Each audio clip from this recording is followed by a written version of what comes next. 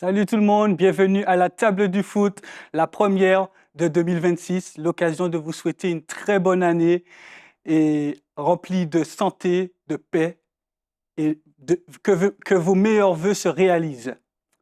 Autour de notre table, nous avons Hubert Montaned, éducateur chez les jeunes et coordinateur foot à venir. Bonjour, Bonjour, bonsoir tout le monde. bonne année à toi. Merci à toi aussi. Nous avons aussi Malik Lordello, s'il me semble, Oui, lors de l'eau. influenceur sur les réseaux sociaux avec MLK Sport. Bonsoir à tout le monde et je suis content d'être ici. Kenzo Marcelin, journaliste et fondateur de Vitamine Sway sur les réseaux sociaux. Bonsoir Émeric, bonsoir à tous. Et enfin, Thierry Théodose, entraîneur du club franciscain et jeune coach qui a déjà un sacré palmarès au sein du foot féminin. Bonjour Émeric et bonjour aux collègues. Bonjour à toi. Alors, messieurs, j'ai 3 vœux pour cette année 2026.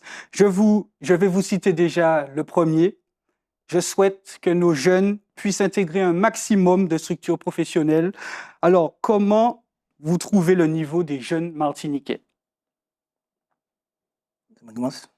Peu importe l'ordre, lance-toi. Non, j'observe depuis quelques années. J'ai la sensation que le niveau a un peu baissé, puisque ça devient de plus en plus difficile des fois d'avoir du spectacle sur les terrains. Donc après, il y a quand même la volonté de former, mais je trouve quand même que le niveau a un peu baissé. Est-ce que vous êtes du même avis, messieurs? Moi, je pense que l'avis un peu général pour les observateurs du football ici au niveau local, parce que quand on remonte 10-15 ans en arrière, c'est vrai qu'on avait quand même des vraies équipes qui avaient des vrais profils qui permettaient d'avoir de vraies oppositions. Moi, je me souviens, ma génération qui suis de 90, je me souviens à l'époque, il y avait des grosses équipes comme le RC Rivière Pilote, les chocs entre l'US Roubaix et le club franciscain. Par exemple, c'était des affiches qui attiraient les foules, faut quand même se le rappeler. Donc c'est sûr qu'aujourd'hui, je ne suis pas sûr que les finales régionales attirent autant de monde que par le passé. Peut-être que Malik peut nous confirmer. Les 13-17 ans, Malik. En fait, moi, je pense que le premier truc que j'ai remarqué, ce qui m'a frappé, c'est qu'ils ont envie. D'accord? Mais est-ce qu'ils se donnent les moyens? Ça, c'est autre chose. Je pense également qu'il y a une histoire euh, avec le ballon rond, une histoire d'amour que les petits ne respectent pas. C'est-à-dire que des lundis boulets, mais ils pas aimé le football là. C'est une histoire également de comment aménager le temps de ces petits niveau footballistique. En fait, ils ne sont pas encadrés. Donc, quand on n'est pas encadré, on ne peut pas aller où on veut. Et c'est du gâchis au niveau des potentiels pour moi. C'est une histoire juste de se donner les moyens, mais ça passe avant tout par eux maintenant. On ne peut pas compter que sur les éducateurs. D'accord? Je prends mon exemple. Moi, je n'ai pas été formé, mais je passais mon temps sur un terrain de football. C'est ce que Tu vois? J'ai commencé à jouer au foot à 14 ans. Un an après, j'étais au pôle. Mm. Et pourquoi? Parce que du matin, surtout pendant les vacances, on peut dire aux autres que du matin au soir, j'étais sur un terrain de football en train de faire des souhaits. Donc, j'ai été formé comme ça. Thierry Théodose, chez les garçons, mais aussi chez les filles, comment vous percevez la génération actuelle? Pour ma part, je pense que, comme dit Malik, les jeunes sont intéressés, il est vrai, mais aujourd'hui, on est dans un monde où les enfants ont vraiment accès à tout et sont sollicités un peu partout, qui font qu'ils n'ont pas autant de temps comme toi, tu l'avais pour jouer au foot. Moi aussi, quand j'étais petit, je passais ma journée, c'est mes parents qui me rappelaient pour rentrer sur un terrain. Aujourd'hui, les enfants, ils ont accès. J'avais pas de téléphone quand j'étais petit, ça n'existait pas. J'avais pas de PlayStation, j'avais pas ce genre de choses. J'avais pas accès à tout ce qu'ils ont accès aujourd'hui. Donc maintenant, si l'enfant aujourd'hui n'est pas déterminé et n'a pas cette passion pour le ballon rond, je pense que c'est pour ça qu'on en a moins qui réussissent et qu'on a un déficit dans la qualité. Et à l'époque, justement, avec les Stéphane Bol, que vous connaissez bien au club franciscain, ils étaient comment ces jeunes qui auraient pu viser des centres de formation avec et des structures professionnelles ailleurs? Dans un premier temps, notre insularité fait qu'on a cette difficulté d'avoir l'accès aussi facilement au centre de formation, dans un premier temps. Mais pour ma part, en tout cas, je pense que l'accompagnement des parents est primordial. Et aujourd'hui, Si un enfant n'a pas cet accompagnement, c'est beaucoup plus difficile pour lui de réaliser ce genre de rêve, quoi. Et puis, il faut bien comprendre, comme je dis, par rapport à l'insularité, les enfants qui sont déjà dans un autre, qui sont en hexagone, par exemple, ont l'opportunité d'affronter beaucoup plus de personnes de différents niveaux. Nous, on s'affronte entre nous et ça reste qu'entre nous. Et la visibilité, elle n'est pas là, en réalité. Bon, de temps en temps, on fait un petit tournoi sur la France, on nous a vus, mais la visibilité, elle n'est pas là. Donc, c'est beaucoup plus compliqué pour un jeune Martiniquais, même si la Ligue de football aujourd'hui fait des efforts pour pouvoir, par rapport aux sections sportives, euh, aider les plus méritants, en tout cas. Mais pour moi, c'est la difficulté. Hubert Montanet, le niveau n'est pas suffisant pour que les jeunes puissent intégrer les structures professionnelles et les centres de formation? Je dis que le niveau n'est pas suffisant parce que nos jeunes, ils n'ont pas faim, comme je dis, comme j'aime à le répéter. Le football pour eux, c'est un loisir. C'est-à-dire que pour se dire qu'on va aller en centre de perfectionnement, en centre de formation, qu'on va chercher à atteindre le Graal d'avoir un joueur professionnel, c'est qu'il faut avoir faim. Il faut se dire que ce matin, je vais me réveiller, je suis un I14, je peux partir faire un footing pendant les vacances. On peut compter sur le doigt d'une main un joueur I14 qui se lève le matin, il va faire un footing. Comme Malik disait, il y avait des souhaits tout le temps.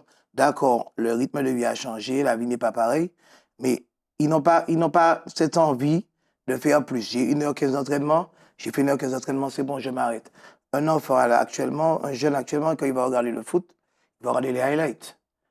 Madrid va jouer contre Manchester City, il ne sait pas ce qui s'est passé. Par contre, il a vu les highlights, il a vu qu'il y avait un dribble, qu'il y avait une frappe, mais il n'a pas vu tout le travail qu'il y a derrière. Et c'est souvent ça le problème qu'on a avec nos jeunes, c'est qu'ils n'ont pas conscience du travail qu'il y a derrière. C'est-à-dire que je vais arriver à pouvoir faire cette frappe-là, à cet endroit-là, parce que j'ai dit à répéter 200 fois le geste. Et c'est ça. C'est l'apport des parents aussi qui doit guider le gamin, qui doivent guider les gamins et les emmener dans cette direction. Le travail, le travail, le travail. C'est-à-dire que le niveau pour moi a baissé parce que nos gamins ne veulent plus travailler comme avant. Ils ne veulent plus se donner, se dépenser. Et des fois, les parents même conduisent les gamins dans cette voie-là, puisque moi, je suis éducateur. Dès qu'il pleut, un parent m'envoie un message, est-ce qu'il y a entraînement? Il pleut. Alors qu'avant, il pleut ou il pleut pas, il y a de la neige, il y a tout ce qui va en Martinique. On va s'entraîner. Et là, les mœurs ont changé, les choses ont changé.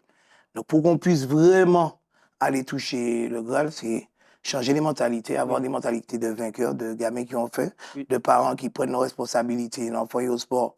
Il faut l'accompagner, il faut venir le voir. Parce que ce qui est dommage, hein, on est sur les stades le dimanche, le samedi. Il y a plus de 80% des parents qui sont absents. Ils posent le gamin, ils sont partis, ils reviennent 2 heures après, l'éducateur est en train d'attendre. Le match est fini, ça fait 1 heure, le parent n'est toujours pas revenu. Donc tout ça, je pense, ça rentre dans le fait qu'on n'arrive pas à avancer comme on devrait avancer. Et Malik, lors de l'eau, du Oui. coup, est-ce que c'est vraiment la mentalité qu'il faut changer? Comme disait Hubert Montanet, qu'on surnomme Bozy dans le milieu du foot, hein, je tiens à le préciser. Changer, en fait, pour moi, je pars du principe qu'on ne peut pas changer la mentalité des hommes et des enfants comme ça. D'accord? Moi, je pense plus que c'est une histoire de culture. D'accord? C'est juste vraiment, dès le début, avoir un principe, une hygiène de vie, je dirais, de sportif et à donner à ces gamins beaucoup d'autodiscipline. C'est ce que j'ai expérimenté. J'avais des joueurs, des fois, qui n'étaient pas terribles, mais je leur faisais comprendre des fois, et toi, tu sais que tu peux finir au Real Madrid? D'accord. Et juste le fait d'entrer ça dans son état d'esprit, il va cultiver, et le fait de l'emmener, parce que souvent on parle beaucoup, mais les actes ne suivent pas. Tu vois?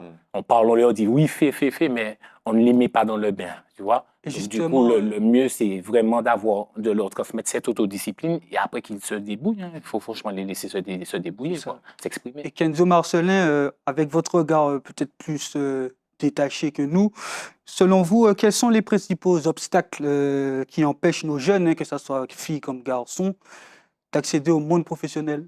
Bah déjà, c'est une question déjà de structuration du football ici au niveau local, parce que moi je pars du principe que si on arrive à structurer et à organiser un peu les choses, ça permet déjà de créer une discipline de travail qui permet déjà aux jeunes, quand demain il sera amené à partir dans l'Hexagone ou ailleurs, parce que c'est vrai qu'aujourd'hui on se focalise beaucoup sur l'Hexagone, mais on a pu voir des profils comme Jordi Delem qui ont réussi à partir dans le championnat de la MLS.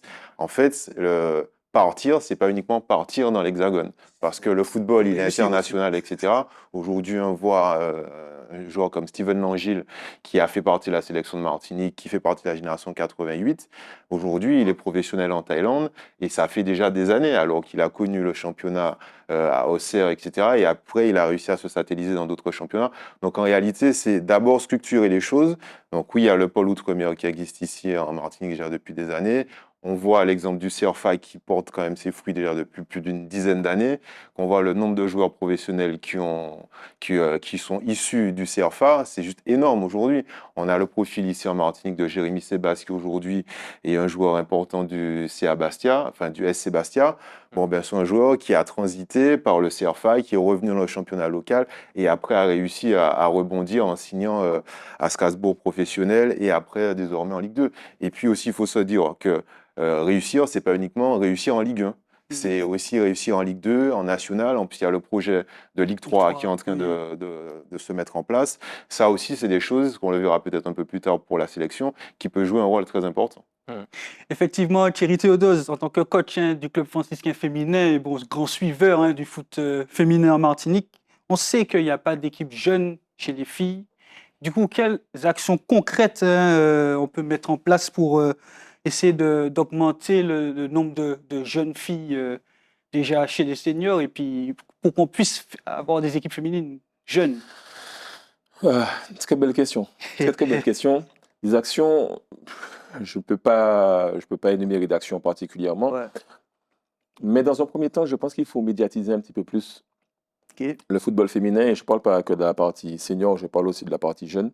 Pouvoir montrer aux jeunes filles qu'il y a la possibilité de jouer au foot et que c'est tout aussi beau de jouer au foot en tant que fille que garçon, dans un premier temps. C'est clair qu'on n'a pas la population qui existe en Hexagone, parce que notre population est beaucoup plus restreinte. Maintenant, est-ce qu'il ne faudrait pas, comme j'en discutais avec mon collègue tout à l'heure, créer des structures qui permettent de faire des rassemblements et d'avoir des confrontations un peu plus intéressantes? Parce que dans un club, par exemple, je prends l'exemple du club franciscain où je suis, Oui. on peut avoir 3-4 filles. Ce n'est pas suffisant pour créer une structure. Alors que si on regroupe plusieurs communes pour pouvoir créer un vivier et s'affronter en termes de secteur, je pense que ça peut créer une émulation et permettre aux filles de s'intéresser un peu plus et puis de produire du beau football. Malik Laure Delot, Oui. quelles actions concrètes vous mettez en place pour le football jeune, de manière générale, que ce soit filles et garçons, avec votre chaîne Instagram déjà, Mhm. et en tant que passionné? Donc, avant tout, MLK Sport, c'est une micro-entreprise que j'ai créée, d'accord, qui sert vraiment de relais en tout ce qui est communication et divertissement. Et je me suis dit un moment, pourquoi pas créer une académie que je rattacherai à mon entreprise. Donc là, j'ai créé la MLK Sport Academy avec Lorenzo Flori comme président, joueur de l'US Robert, Oui. vice-président Jean Kevin, ancien joueur du club franciscain, bon, je ne vais pas nommer tous ces clubs, et ancien membre du Pôle Espoir également. La trésorière, c'est Elodie Lagier. J'ai mis son profil, voilà, du club franciscain, j'ai mis son profil, donc je l'ai recruté également. Et là, je suis en tant que directeur technique. Là, on va essayer de mettre des choses en place. Mais c'est vraiment du principe où on agit en complément des clubs. C'est vraiment une association sportive basée sur le perfectionnement individuel. On en parlait, c'est pour vraiment combler le temps où les jeunes ne passent pas avec le ballon. C'est déjà redonner cet état d'esprit. Et je vais recruter également des coachs qui vont pouvoir encadrer chaque gamin individuellement. On part du principe, on ne veut pas trop de gamins pour l'instant. C'est une association qui est toute récente, mais c'est vraiment l'objectif et ensemble, on avancera. Hubert Montanet, est-ce que la priorité de 2026 concernant le football jeune, c'est la médiatisation? Oui, la médiatisation et puis la formation, l'accompagnement des enfants, comme on disait tout à l'heure, comme Malik disait, l'accompagnement déjà au niveau hygiène alimentaire. On a des enfants qui se couchent trop tard, des enfants qui sont trop branchés sur leur téléphone portable. Et donc, les sortir de cet emprisonnement, on va dire, du numérique il est ramené plus vers le terrain, plus vers l'échange avec les autres. Et puis vraiment la médiatisation, c'est-à-dire vraiment parler du football des enfants, montrer que c'est un football qui a son importance, parce que si on n'a pas de jeunes, on n'a pas de seniors. Oui. Donc pour pouvoir les emmener, pour pouvoir les considérer, parce que les enfants sont dans les portables, parce qu'ils sont en train d'admirer d'autres personnes. Mais pourquoi ne pas les médiatiser pour qu'on puisse les admirer eux, les mettre en valeur, voir Et les que corriger aussi. les corriger. Le gamin va voir qu'il a raté un geste, il le voit passer sur les réseaux, il se dit ah, le coach m'avait dit ça, en effet, je vois, et ça va m'emmener à me corriger. Je pense que ça peut être une très bonne chose. Je vais me permettre de Oui. rebondir sur ce qu'il disait sur la part de la médiatisation qui est hyper importante. C'est comment on arrive à inspirer aussi notre jeunesse. C'est-à-dire que pendant longtemps, quand il n'y avait pas encore les réseaux sociaux, c'était difficile. Dès qu'un partait, on ne savait pas trop ce qu'il devenait. Si, à part quand il revenait faire un stage, etc., il essayait de partager un peu son expérience. Et en réalité, ça a été aussi pour ça que j'ai créé Vitamine Souhait. C'était comment réussir à communiquer sur la réussite de nos sportifs qui sont partis ailleurs pour que les jeunes qui sont actuellement dans une période où ils doivent éventuellement faire alimenter des ambitions, ben, se disent « Ah ben tiens, il y a un tel qui est parti, Jordi Delem, il est parti aux États-Unis, il a réussi à faire carrière, Gary Bocali a été champion de France, ah ben tiens, il a fait ci, il a fait ça. » Et ça, je pense que c'est des choses qui sont quand même vachement importantes pour que ben, nos jeunes puissent se dire qu'il y ait des motifs d'espoir, quoi, qu'on se dise voilà, il y a des footballeurs qui sont nés en Martinique, qui ont commencé leur formation en Martinique et qui après sont partis dans des structures professionnelles. Qu'est-ce qu'ils deviennent? Peut-être qu'on ne les verra pas en équipe de France, mais ils seront peut-être dans des structures où ils vont réussir à vivre de leur métier. Et ça, c'est vachement important, quoi. Bon, ben, chers téléspectateurs, ce sont nos vœux pour l'année 2026, notre premier vœu. Maintenant, on va passer au deuxième vœu que je souhaite avoir, en tout cas. Je souhaite que le football féminin soit plus attractif en Martinique. Comment jugez-vous le football féminin en Martinique aujourd'hui? On va commencer par Malik. Déjà, j'aimerais avoir ton avis sur ce football. Oula. Bon, je vais être franc. J'avais même créé MLK Sport Féminin. Oui. Et j'ai fermé la page. Parce qu'en fait, je trouve qu'il n'y a pas, que l'évolution n'est pas constante, en fait. À chaque fois, on a des périodes creuses, c'est les montagnes russes. Et mentalement, ça m'a usé. Et comme j'aime pas perdre d'énergie pour rien, j'en ai pas beaucoup. Donc, sincèrement, là, je suis plus en mode spectateur pour le football féminin. Quand je viens, j'espère voir un beau match. Mais dans l'accompagnement, j'y suis plus. Je ne sais pas si je ne veux pas lancer la pierre, et je ne veux pas lancer de pierre à la Ligue. Hein. Je ne dis pas que c'est la faute de la Ligue. Peut-être que c'est les filles, c'est une histoire de mentalité aussi. Hein. Est-ce qu'elles ont ce truc, cette grinta, comme on dit, pour aller chercher un peu plus? Et est-ce que les filles sont également mises dans de bonnes dispositions? Est-ce qu'on leur vend des rêves? Il faut vendre des rêves aussi, hein, d'accord? Si elles viennent des petits, il faut vendre des rêves comme à Thaïlis. Oui. Talien, par exemple, Oui. et la petite de l'assaut aussi, là, que j'aime bien, Tessa. Gabriel Régis. Quand tu Timba parles Gabriel Régis. Oui, voilà, Tessa, Gabriel Régis, quand tu parles avec elle, elle rêve. Mm. Pour moi, dès le départ, s'il n'y a pas de rêve, il n'y aura pas de résultat. Kenzo, Marcelin, votre avis en tant que membre des médias, réseaux sociaux? Non, après, je pense que c'est un peu à l'image de ce qui se fait ailleurs. Hein. C'est-à-dire que pendant longtemps, les États-Unis, c'était le pays rêvé pour le football féminin. On a vu avec le travail de Jean-Michel Aulas avec sa section féminine à l'Olympique Lyonnais, qui a réussi à faire un vrai travail avec notamment des Martiniquaises, hein, qui ont réussi à rejoindre l'aventure, notamment Wendy Renard. Après, on a vu Mylène Tarieux, qui est revenue d'ailleurs récemment ici en Martinique au Club Colonial. Après, on a vu Emeline Laurent. Donc voilà, Emeline Laurent, pardon. Donc voilà, je pense qu'il y a encore un travail à faire. Il n'y a qu'à voir, hein, les plus grosses rencontres ne se jouent pas forcément dans les plus grands stades, alors qu'on parle quand même de Ligue des Champions. Donc je pense qu'au niveau local, c'est un peu la même chose. On a du mal à remplir les stades déjà chez les hommes. Donc chez les femmes, quand le spectacle ne suit pas, je pense que c'est plus Attention, compliqué. il y a une amélioration maintenant. Oui, après, comme je dis, il y a un développement qui est là, Voilà. mais qui reste encore un peu trop confidentiel, quoi. Thierry Théodose, en tant que coach, et revenons maintenant sur le côté plus sportif, comment jugez-vous maintenant le niveau des joueuses martiniquaises? Le foot féminin est très compliqué, contrairement à ce qu'on peut penser. Parce qu'il y a différents types de filles dans le football féminin. Il y a celles qui viennent juste pour faire leur sport. Oui. Elles se disent, bon, voilà, j'ai 2-3 kilos à perdre, donc je vais faire mon petit sport. Il y a celles qui ont commencé le foot, ça fait 2 ans. Il y a celles qui sont là depuis petites. C'est pas comme les garçons qui sont là depuis les U11 et puis qui évoluent, donc ils ont un encadrement tactique, connaissent. Tu peux avoir des filles qui ne savent même pas ce que c'est un coup franc indirect, par exemple. D'accord? Donc c'est très compliqué au niveau du football féminin. On a différents types de publics dans ce football-là. Maintenant, je vois l'évolution. En tout cas, je parle pour ma part, je vois l'évolution. Ça fait déjà maintenant ma 4e année où je travaille avec les filles avec qui je suis. Je vois l'évolution. J'essaie de leur apporter un petit peu ce que moi je connais. Justement, je me forme par rapport à ça pour avoir une légitimité par rapport à ça. Maintenant, je ne sais pas ce qui se fait ailleurs. Je ne sais vraiment pas ce qui se fait ailleurs. Mais je trouve que si on veut progresser, il faut des gens formés pour pouvoir progresser, dans un premier temps. Il faut des éducateurs formés pour pouvoir progresser, dans un premier temps. Ensuite, comme disait Malik, il faut qu'il y ait quelque chose derrière, qui te donne l'envie de faire. Il ne faut pas que tu viennes pour venir. Parce que si tu viens pour venir, au bout d'un moment, tu te lasses.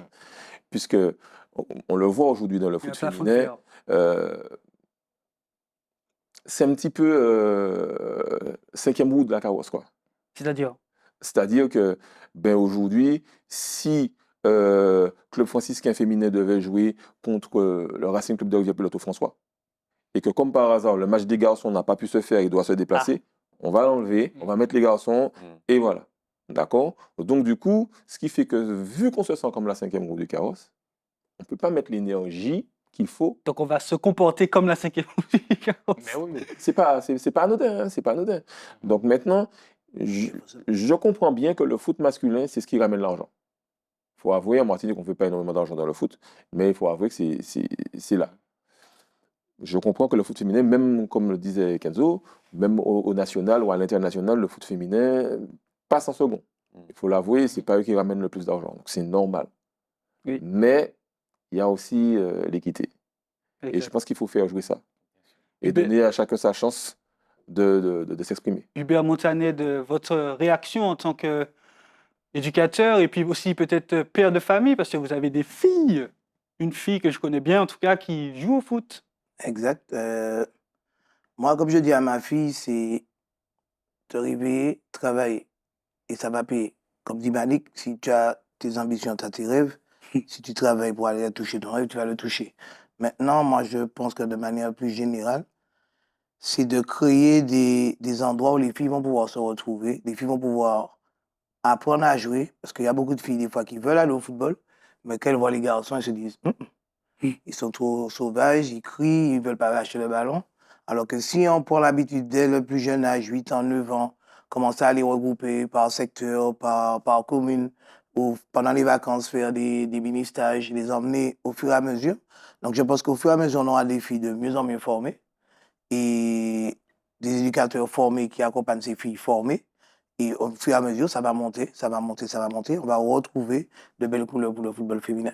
Et Thierry Théodose, pourquoi, selon vous, les clubs martiniquais s'en sortent dans la Caraïbe, face à la Guadeloupe par exemple, et quand on rencontre plus de difficultés, par exemple en France, en Coupe de France, il y a un fossé. Ce problème-là, il n'est pas que féminin. Il est aussi masculin. Bien sûr. Pour ma part, comme j'explique aux filles, si on a ce rêve d'aller en Coupe de France, il faut s'en comporter de manière à pouvoir accéder à ce rêve-là. Vous ne pouvez pas aller jouer contre des filles qui s'entraînent 5 fois par semaine et s'entraîner 2 fois dans la semaine. Automatiquement, arriver sur place, déjà que le climat ne t'avantage pas, tu vas subir. Et c'est pareil pour les garçons. Oui. C'est une fois qu'on a vu qu'on est qualifié pour la Coupe de France, la semaine d'avant, on essaie d'avoir un comportement de pro pour pouvoir accéder au match suivant, au tour suivant de Coupe de France. Non. Si on a cette ambition de se dire, bon, mon rêve cette année, c'est d'arriver, disons, au 32e tour ou 16e de finale ou peu importe. Depuis la reprise, je dois avoir un comportement de celui qui veut accéder à ça. Donc ça va dire faire les sacrifices d'avoir 4-5 entraînements par semaine, parce que ces gens-là s'entraînent 4-5 fois par semaine. Oui. Et se donner les moyens justement d'arriver à ça. Maintenant, si on s'entraîne 2 fois par semaine, si on n'a pas une hygiène de vie correcte qui permet d'avoir un sommeil correct, de manger correctement, de s'hydrater correctement, parce que c'est important ces choses-là, même si on n'en parle pas, ben, arriver le jour J, même si c'est des gens qui viennent de France ici et puis qu'on se dit qu'il faut qu'on joue à 14h30 pour que le soleil puisse les tuer, c'est pas vrai. Ils s'entraînent 5 fois, toi tu t'entraînes 3 fois. Les gars, même si ça va être compliqué, plus compliqué pour eux, parce qu'ils ne sont pas habitués à ce soleil-là, mais ils vont te dominer quand même. Oui. Donc à nous, aujourd'hui, d'avoir ce rêve-là, justement, et de se donner les moyens d'accéder au rêve. Malik et Kenzo, je suppose que ce type de discours-là, ben, il vous fait tilt. Ah, mais de toute façon, le foot, c'est un sport qui ne pardonne rien. C'est-à-dire, à partir du moment où physiquement, on ne fait pas les efforts qu'il faut pour se préparer comme il faut, eh ben, sur le terrain, ben, ça se verra tout de suite et ça va se payer cash. Donc, la préparation, c'est hyper important. Thierry le disait à juste titre. À un moment donné, ce n'est pas en une semaine qu'on arrive à rattraper des mois déjà de préparation faite un peu en dilettante, etc. Donc voilà, c'est quand on parle de structuration, j'en parlais un peu plus tôt, c'est comment on arrive à mettre ben, les effectifs dans des conditions de travail qui leur permettront de pouvoir performer au moment précis. Malik. Moi, je vais revenir sur ce que je disais. Là, on a Oui. parlé du travail collectif, mais en complément, il faut que les gars s'entraînent individuellement aussi. Moi, c'est sûr, pour moi, c'est là où tout se joue. On a l'exemple de Patrick Persson, de Kevin Parsemin. C'était des joueurs, Thierry Fondelot. C'était des joueurs qui arrivaient 1 heure avant l'entraînement, qui partaient. Donc, les principaux freins au développement du foot féminin et au niveau de l'attractivité, c'est quoi alors? Les principaux Freins les principaux freins au niveau de l'attractivité déjà. et du Moi, développement. moi, je trouve qu'il est attractif. On voit d'ailleurs lors des playoffs, Oui. ça amène du monde. Ça Oui. veut dire que les gens ont envie de voir quelque chose. Oui. Mais on attend à chaque fois les playoffs. Pourquoi? Parce que, Moi, le premier. voilà, parce que c'est les 4 meilleures équipes. Donc, on sait qu'on aura quand même un minimum de spectacle. Mais moi, je pars du principe aussi que s'il y a 2 poules, une poule haute, une poule basse, d'accord? Et c'est ce qui va Et- se produire d'ailleurs. Ah, d'accord, mais c'est Oui. super. Donc, le fait qu'il y ait la poule haute, la poule basse, moi, ça peut me faire plaisir d'aller voir Espoir contre Diamant. Mais Oui. quand je vais voir Espoir contre Club Franciscain, et que je sais que le CF va gagner 14 ou même plus des fois, Non, c'est que le dernier match est 14-0. 14-0. Donc, du coup, j'ai moins le plaisir d'aller voir ce match-là. C'est-à-dire qu'une fois que, Même pour les filles qui jouent. même pour les filles, Même pour les filles qui jouent. c'est pas agréable. Tu passes une saison à prendre les 14-17, tu ne viens pas à l'entraînement, tu viens juste parce Mais qu'il y a oui. un match. C'est tout. Et en resserrant tout ça, on va avoir des clubs franciscains, émulation, vraiment des duels qui sont plus resserrés. Là, ça donne plus envie. Et je pars du principe que la poule basse, le fait que les équipes s'affrontent et que le match soit serré à chaque fois, elles vont progresser. Oui. Elles vont Elles vont progresser. se voir progresser aussi. Mais bien sûr. Oui. Donc, c'est sur ce principe-là, moi. Et ça fait, on en avait parlé, ça fait 2 ans que je suggérais. J'avais même fait des stories où je parlais de ça. Mais si c'est fait, tant mieux. Et moi, je me permets de rebondir aussi sur ce que Thierry disait. On a parlé beaucoup de la préparation physique, Oui. mais on oublie aussi la partie mentale. Parce qu'on le voit aujourd'hui, dans le sport de haut niveau, on parle beaucoup de préparation mentale, parce qu'il y a eu quand même beaucoup de tabous autour de la préparation mentale, d'avoir un coach. Maintenant, on essaie de mettre des mots sur des noms, des spécialités, etc. Alors qu'en réalité, ben, voilà, le foot, ça se joue avec les pieds, mais aussi avec la tête. Et on le voit, notamment au club franciscain, où il y a une préparation mentale qui est faite avec l'un des jumeaux Mas, c'est ça qui vous accompagne aussi. Les deux même. Les deux, ouais. Les deux. Donc voilà, on voit que Thierry l'a bien compris. Le football, c'est avec les pieds, mais aussi avec la tête. Et il a bien compris que voilà, en préparant les cerveaux, ça permet de mieux préparer les matchs et de performer le moment. Alors, précis. messieurs, Mais excuse-moi d'interrompre. oui. Tu parlais de freins, et pour moi, il y a un frein qui est important, c'est nos politiques. D'accord. Parce que quand j'observe un petit peu les clubs autour, par exemple, j'affronte la Gauloise ce week-end. La Gauloise n'a pas de terrain, n'a pas d'endroit pour s'entraîner. Et c'est compliqué. C'est déjà compliqué pour elle et elles n'ont pas de terrain. Je prends mon exemple au club franciscain. J'ai un éclairage, j'ai pas de terrain correctement pour m'entraîner. Et tout ça fait que ça n'aide pas. Les filles n'ont pas envie de venir dans des structures. Elles ne prennent pas plaisir de venir. Donc, question commune, pour franchir un cap, quelle priorité retenir? chez les filles? Ben, la priorité, pour moi, c'est filles comme garçons, comme il a commencé à dire, c'est que les politiques et les instances se mettent au travail et investissent véritablement dans le sport. Parce D'accord. qu'on a beau faire semblant de dire oui, on forme, mais on forme sur quoi? Mm. On forme sur des terrains qui ne sont pas adaptés. On n'a que 2 terrains synthétiques en Martinique. Mm. Donc, il faut bien réaliser, on n'a que 2 terrains synthétiques. On veut développer le futsal. On n'a pas pléthore de Hall. hall pour pouvoir pratiquer du futsal. Il n'y a pas, je suis au Lamentin à l'Aiglon. Eh ben, l'Aiglon doit entraîner 8 sections sur un terrain. Le Sporting à côté, pas mieux. Montpito, pas mieux. Donc, si on revendique qu'on est une terre de sport et que derrière les hommes politiques ne mettent pas les fonds là où ils doivent les mettre, réhabiliter les terrains pour pouvoir que les clubs puissent, que tout le monde puisse pratiquer. Parce qu'il y a une politique ces temps-ci, on est en train de fermer les terrains. Donc, il n'y a plus le souhait. Le souhait n'existe plus. Donc, toutes ces parties-là, il faut que le premier fois, comme il disait, c'est redonner le sport au peuple, que le peuple puisse s'amuser, donner des terrains, donner des lieux où les enfants puissent s'amuser, des petits terrains de five en gazon, comme là-bas. Et vous allez voir que ça va avancer.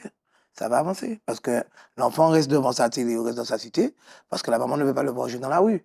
Mais si maintenant, à côté de la cité, il y a un terrain qui est encadré, qui est clôturé, qui a de la lumière, les enfants vont jouer jusqu'à minuit. Hein.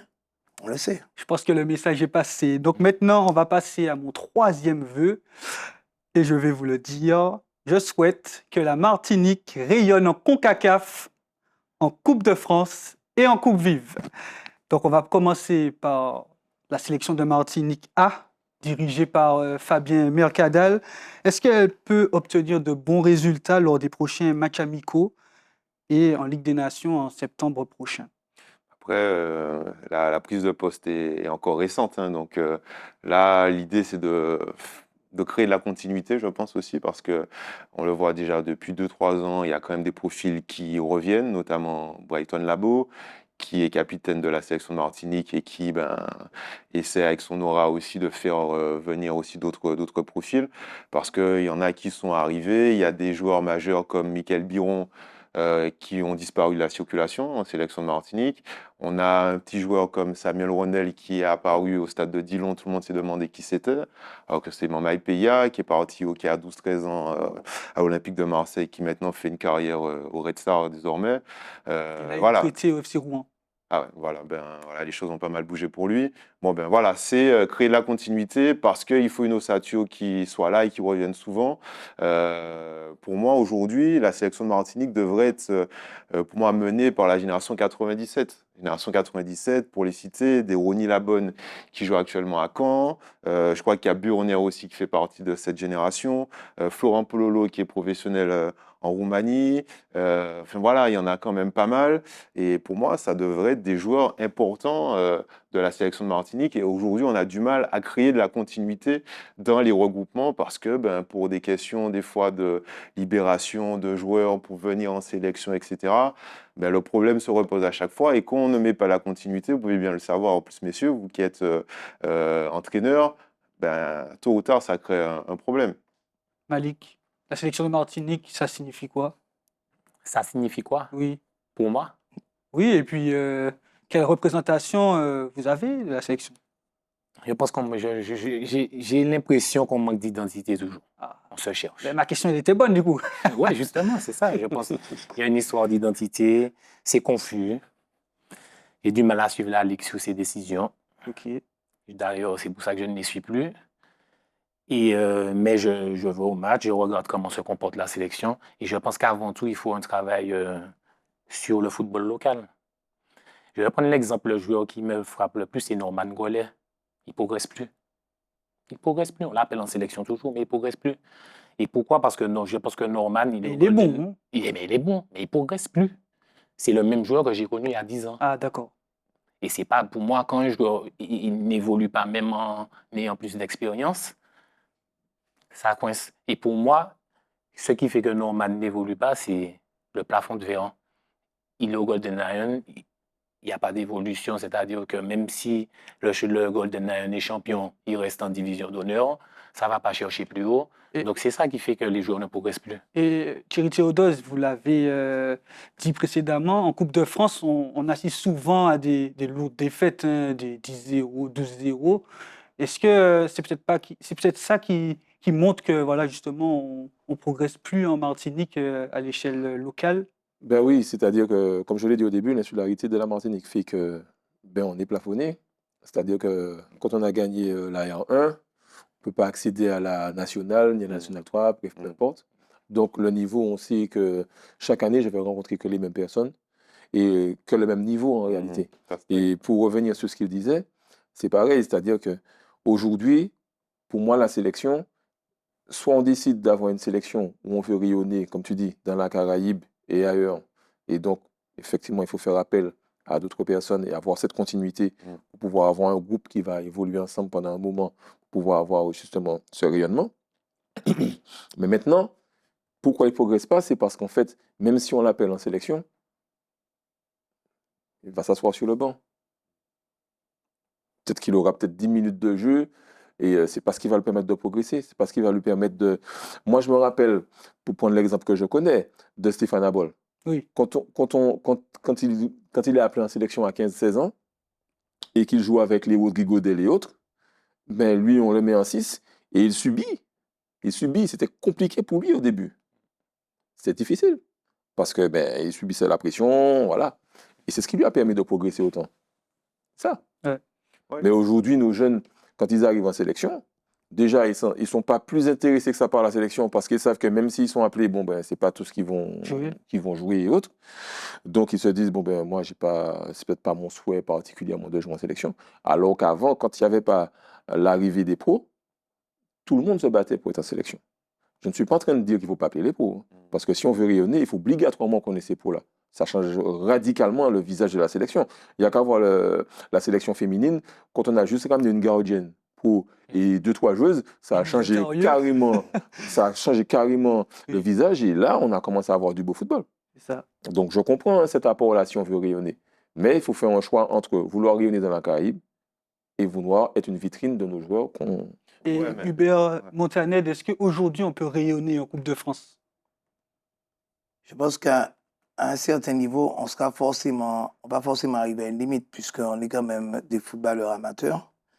Et on a des footballeurs dans les clubs qui ont des métiers des fois rugueux. On a des maçons, on a des pêcheurs. Donc forcément, il y a la limite. C'est-à-dire que le gars, même s'il veut s'entraîner, même s'il veut progresser, il va avoir cette limite physique aussi de par sa situation professionnelle, de par la situation de vie, les embouteillages pour aller à l'entraînement. Tout ça mis à côté de l'autre. Quand il arrive à l'entraînement, je pense que le premier aspect que le joueur, quand il arrive à l'entraînement, son premier aspect, c'est de se détendre. Il arrive sur le terrain, il retrouve ses potes, là, il va passer un bon moment. Et c'est si on a cette mentalité, on se dit que, bon, d'accord, là, on est parti sur un projet de 3 ans, et ce projet de 3 ans, à la fin, on fait au moins quart de finale Coupe de France. On gagne la Coupe vive, on arrive. Mais c'est un projet sur 3 ans. Parce que, comme disait Thierry, on ne peut pas commencer en août et se dire qu'on va arriver très loin en Coupe de France.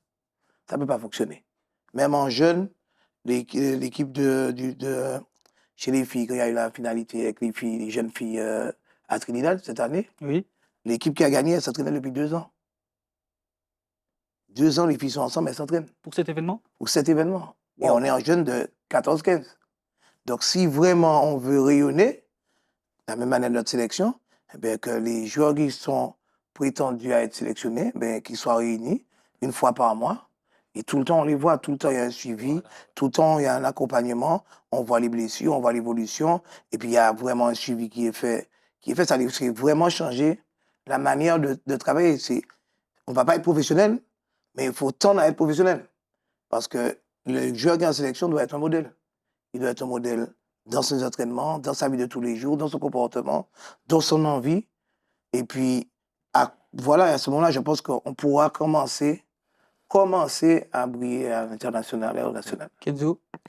Non, je voulais réagir sur ce que Thierry disait, notamment sur le comportement des joueurs quand ils arrivent en sélection, avec souvent un peu cette dualité entre les joueurs qui viennent d'ailleurs, c'est-à-dire les joueurs qui évoluent dans un monde professionnel et les joueurs locaux. Est-ce que justement, ça ne dénote pas d'une certaine mentalité de se dire que moi, je suis joueur local aujourd'hui, donc j'ai le niveau pour intégrer la sélection de Martinique. Je me retrouve en sélection avec l'apport de joueurs qui arrivent de niveau plus important comme ils sont professionnels. Est-ce que justement, c'est pas là qu'on peut aller chercher quelque chose au niveau mental, de se dire que le joueur qui va se retrouver dans un regroupement avec des joueurs qui sont peut-être même meilleurs que lui, comment il va réussir à élever son niveau de jeu pour progresser? On l'a vu, un joueur comme Dany Herrel, ça fait des années qu'il joue au championnat local. Et dès qu'il y a un nouveau sélectionneur qui arrive, il fait toujours partie des premiers joueurs qui sont sur le terrain.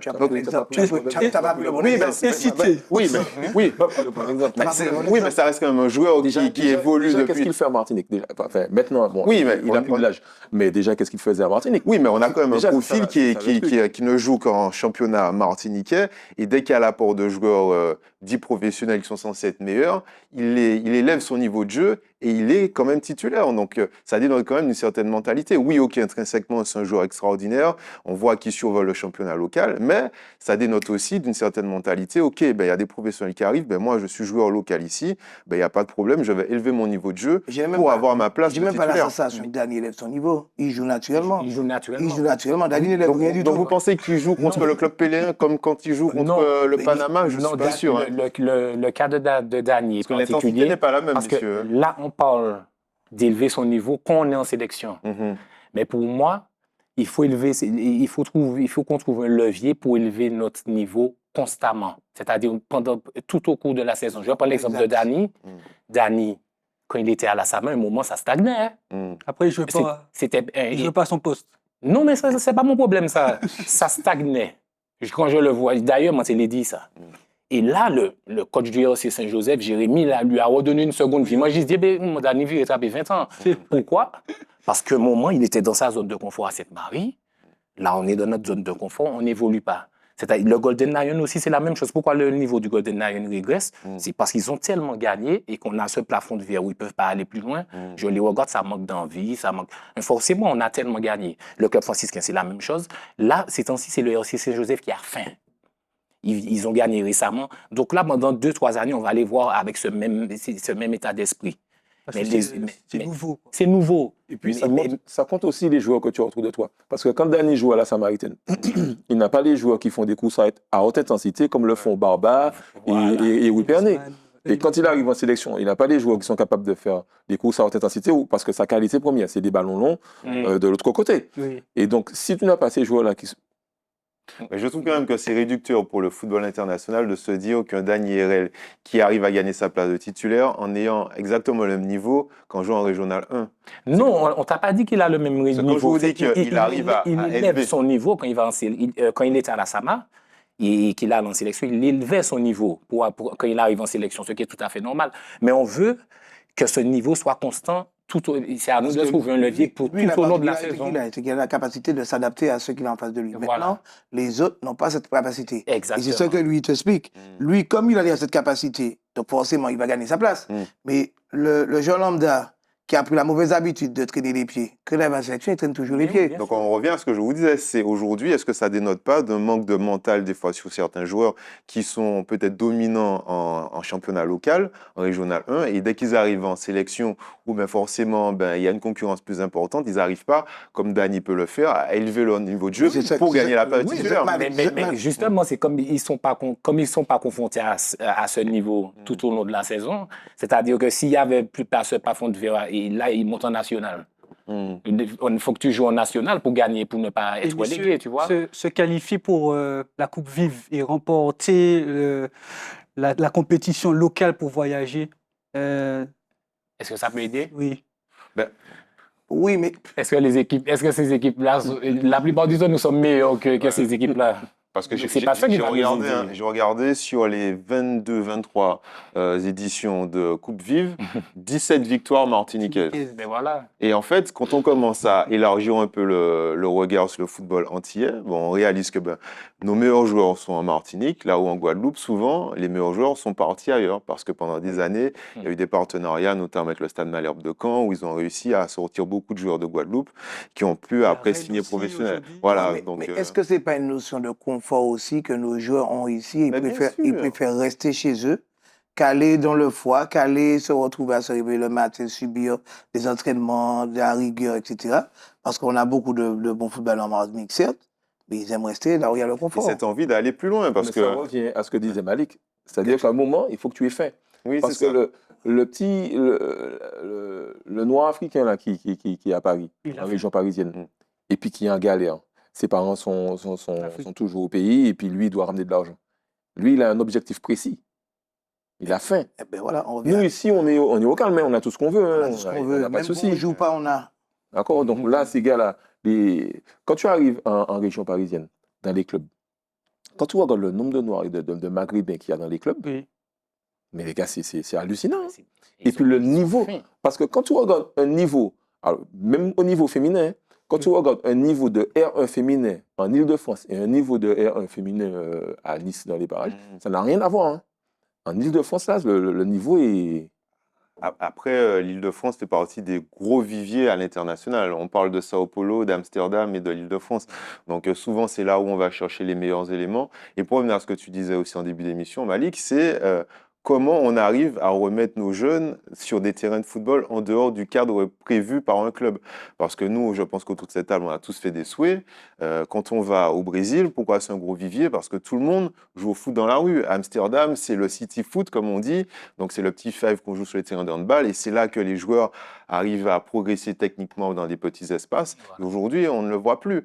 Et pour revenir à ce que tu disais, Thierry, sur cette manque d'envie d'aller chercher, moi, je sais, quand j'étais beaucoup plus jeune, les meilleurs éléments du club franciscain, parce que j'ai fait ma formation là-bas, ben, Jean-Hubert Sophie, les anecdotes racontent qu'on lui aurait proposé des clubs en Angleterre et voilà, il dit que ça, moi, qu'elle fait là-bas, mais on passe à parler anglais. Donc voilà, alors que c'est un joueur qui était pétri de talent, qui aurait pu éventuellement partir en dehors de la Martinique et qui a décidé de rester ici dans son petit confort parce qu'à l'époque, il y avait des présidents qui savaient trouver les arguments pour garder aussi les joueurs. Et ça fait que notre football local était de très très bon niveau, les stades étaient pleins. Mais à côté de ça, en Guadeloupe, on voit que ils ont fait le choix de laisser partir les meilleurs éléments. Et du coup, aujourd'hui, leur sélection a beaucoup plus de Alors, joueurs. monsieur, il reste moins de 5 minutes. Ah. Et j'aimerais en fait parler de vous maintenant. Quels sont vos vœux pour cette année 2026? Un tour de table rapide. Quels sont vos vœux pour cette année 2026? Nos vœux au niveau du football martiniquais. Oui, oui. Bon, en fait, les vœux, ok, on a des vœux, mais ça reste des mots. C'est ça le problème. On aura bon faire avoir des vœux chaque année, on va pas évoluer. Moi, je pense qu'il faut agir. Il faut agir, c'est pas un parti politique. Donc, ouais, voilà, il faut arrêter de parler, il faut agir. C'est ça, mon principal vœu, c'est ça. C'est agir et vraiment et qu'on agisse ensemble, qu'il n'y ait pas de petites querelles qui ne servent à rien, surtout dans le monde associatif. Thierry Théodose, vos vœux? Moi, je vais parler plus du foot féminin, parce que c'est ce qui me concerne. Et je vais rejoindre Malik sur le fait d'agir. C'est important, parce qu'aujourd'hui, on n'est pas nombreux, il n'y a que 9 clubs de foot féminin. Je pense qu'il faudrait plus s'entraider que de tirer dans les pattes. Il faudrait plus agir ensemble, parce qu'il ne faut pas oublier que s'il n'y a pas... Au final, tu es mon adversaire sur le terrain, mais tu n'es pas mon ennemi. Parce que si je n'ai pas d'adversaire, je ne peux pas jouer. D'accord?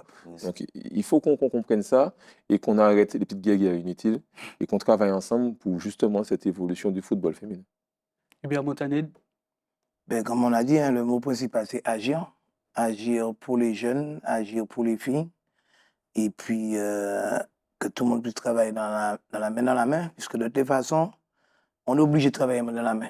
Si je n'ai pas d'adversaire, je ne peux pas faire un match de foot, que le foot, c'est une opposition entre deux équipes. Et puis que tout un chacun voit véritablement l'objectif qu'on a, qui est d'accompagner notre jeunesse. Parce qu'on parle de football, mais le football, c'est l'école de la vie pour moi. Donc accompagner notre jeunesse, qu'ils apprennent à partager les choses dans la vie comme ils partagent le ballon, mais toujours dans un bon état d'esprit. Et puis les filles, c'est de ne pas hésiter, de pousser les portes des stades et vous allez voir, on va vous accueillir. La porte est grande ouverte. Kenzo Marcelin, le mot de la fin en 1 minute. Moi, j'aurais C'est assez dit large. tout simplement de l'espoir. De l'espoir, c'est l'espoir et du plaisir. Le plaisir d'aller s'entraîner, le plaisir d'aller au match, le plaisir d'aller entraîner aussi pour les éducateurs. Donc, et puis le plaisir aussi de regarder les jeunes qui ont réussi et les sportifs de chez nous qui ont réussi. Donc voilà, de l'espoir et du plaisir, tout simplement. Eh bien, messieurs, en tout cas, on vous souhaite le meilleur, hein, et on souhaite le meilleur aussi au football martiniquais chez les jeunes, chez les filles et en senior. Un petit clin d'œil aussi à Jérémy Ludon et sa sélection de Martinique U20 qui sont en pleine préparation, hein, pour un tournoi CONCACAF au Nicaragua, si je ne me trompe pas. En tout cas, chers téléspectateurs, merci d'avoir suivi cette première table du foot de l'année 2026, la 8e. Toute année confondue, j'ai envie de dire. Merci à nos 4 invités, donc Kenzo, Malik, Merci. Thierry et Bozy. Voilà, de le rien. surnom très connu en Martinique. Merci aussi à la régie, David, Mehdi que j'ai croisé aussi, et à Johan. Merci à Marty, notre maquilleuse qui fait des miracles. des miracles. Qui fait parfois des miracles, effectivement. Merci à toutes et à tous d'avoir suivi en tout cas cette émission. Et à très vite.